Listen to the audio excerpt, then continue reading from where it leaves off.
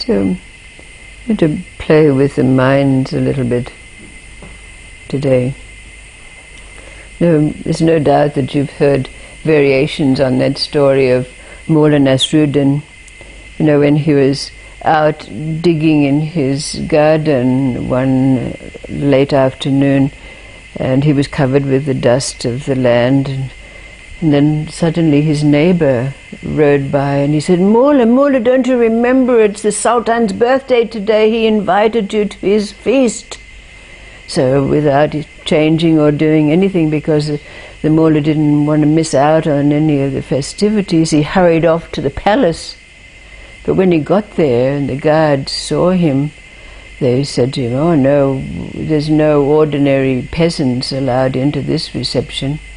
So the Mullah went back home and he changed into his finest cloak with the satin sash and his silk turban and his leather shoes with the curls up at the toes, and he went back to the reception, and they took him to the table of honor where he was sitting, and it was just in time for the feast to be served. So all the food came out, and to everyone's great surprise, the Mullah took the rice pilaf and he was putting it all over his cloak, and then he took off his turban and poured the nectar into it.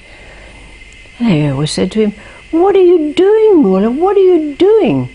And the Mullah said, well, when I came to this feast as an ordinary man, I didn't gain any admission, but when I put on my finery, I was given a seat of honor, so it's obviously my clothes that have the authority here, so it's right and proper that they should receive their reward for it. And then there's a second story about a young man who'd been with a Sufi master for many years, but this Sufi master was like many of the great Sufi masters. He was just a merchant. He had a little grocer's shop, and people used to come, and he would give his teachings to those who were worthy out at the back. But this young man was he was in the foreign service, so he was sent overseas on overseas posting, and he found himself in a foreign country, and this young man was invited to a reception, a diplomatic reception. So when he went to the reception, to his very great surprise, there was his master and teacher sitting over in a corner with dreadlocks, bangles and jewels around his neck, and he had tattoos and had rings in his ears, and he had a group of these well-dressed diplomats all around him, and he was regaling them with stories and telling their fortunes. And when he had an opportunity, when there was a little break in the crowd of all this attention that he was getting, he went over to his master and said, Master, what are you doing here? What are you doing? What are you doing dressed like this? You told us that we should be ordinary, we should just be indistinguishable from other people. What are you And of course the master said, well, if I had have come to this reception dressed as an ordinary man, I would not be given any admittance. But when I came in this looking like a weirdo, I had everybody's attention. And this is the way I get to teach.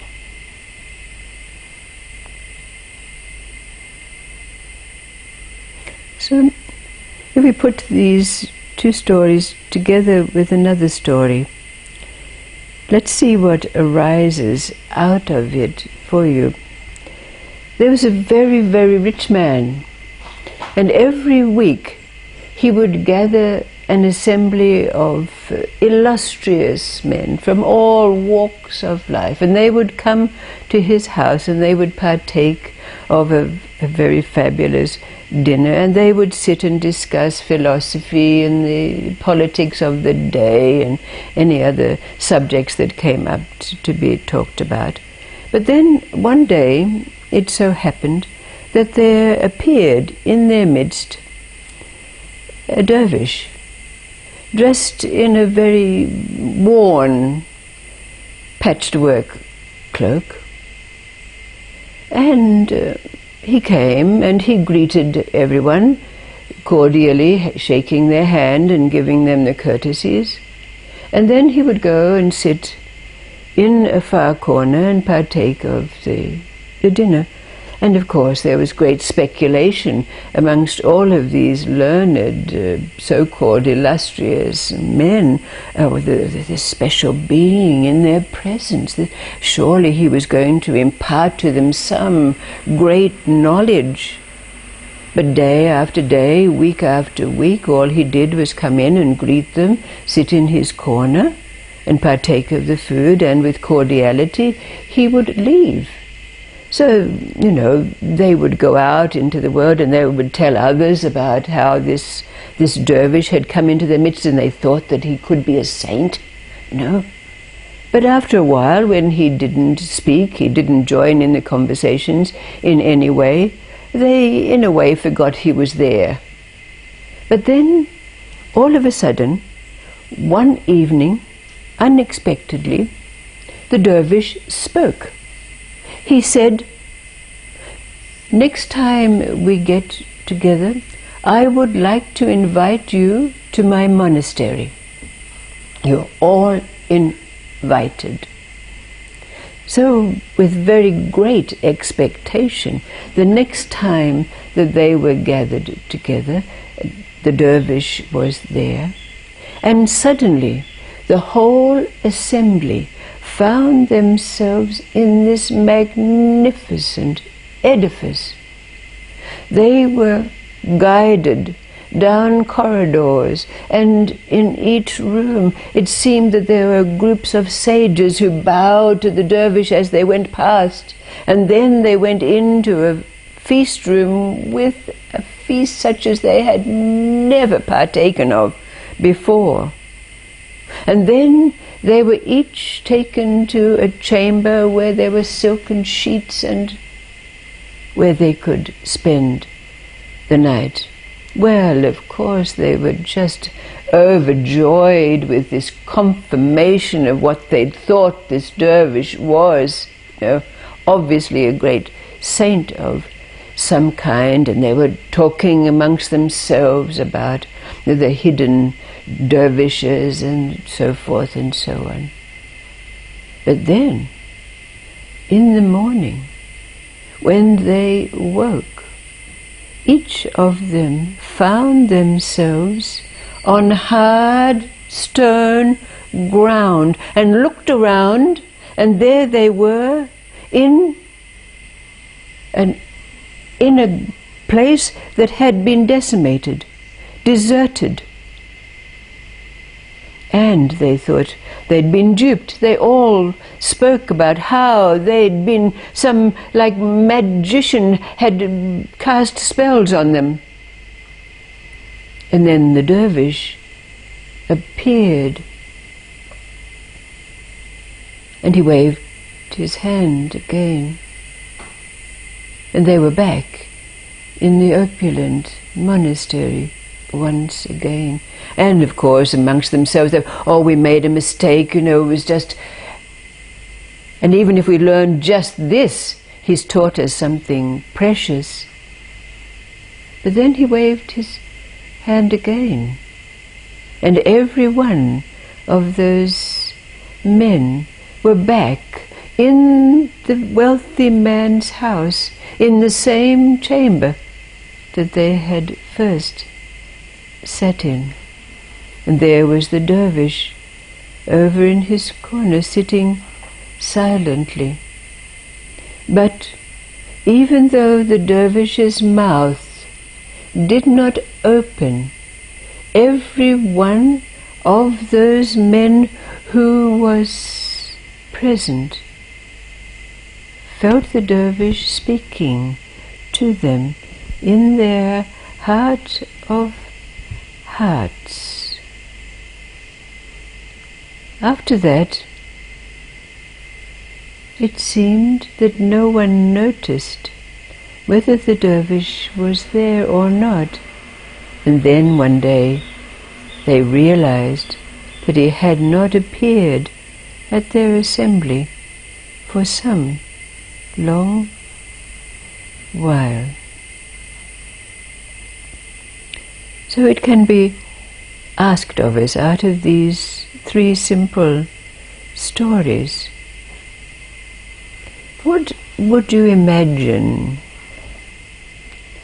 would be the message of that dervish in the heart of hearts of each of those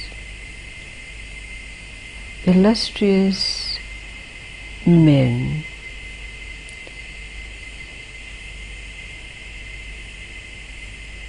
Out of this life and our relationship with life, all right, we've learned the transience of things. Nothing is what it seems. The ephemeralness of life. The experience that we have when we're in a state of Satchitananda, where we could reach out and it seems our hands would pass through the reality that's before us. What would be that message that would be in the heart of hearts, beyond the mind of the experiences, the knowledge, the perceptions of all of those who had the experience with the dervish?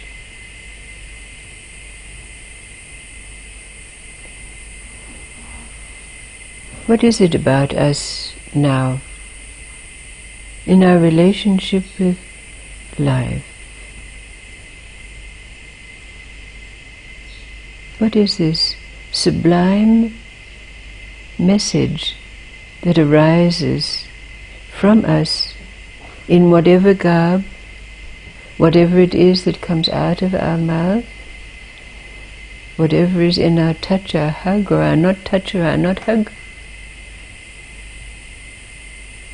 that bypasses the mind's conditioning, perceptions, to bring something to life? What could that dervish's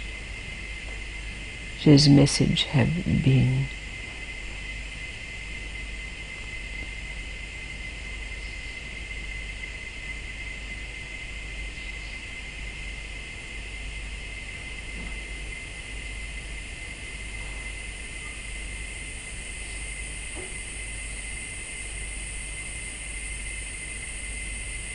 What have we learned?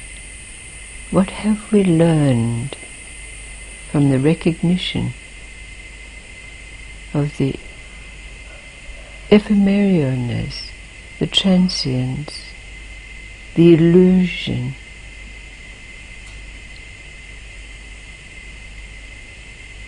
It doesn't matter outside anymore. Whatever happens, there is a center that makes anything outside not real. So what would the message be?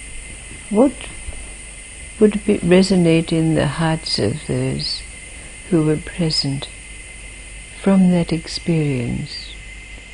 The experience of being in your presence.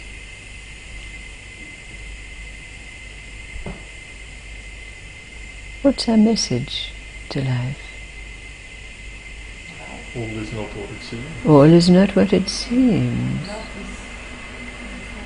Yes. Yes. Yes. The unreal thing. Yes. It's all an illusion, but the real is forever present. Right. Right.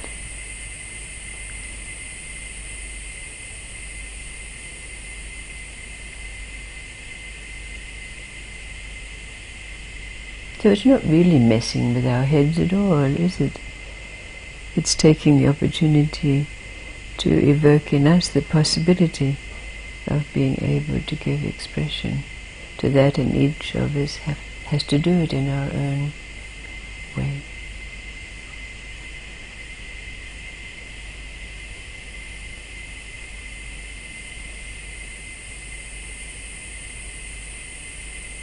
Thank you, thank you.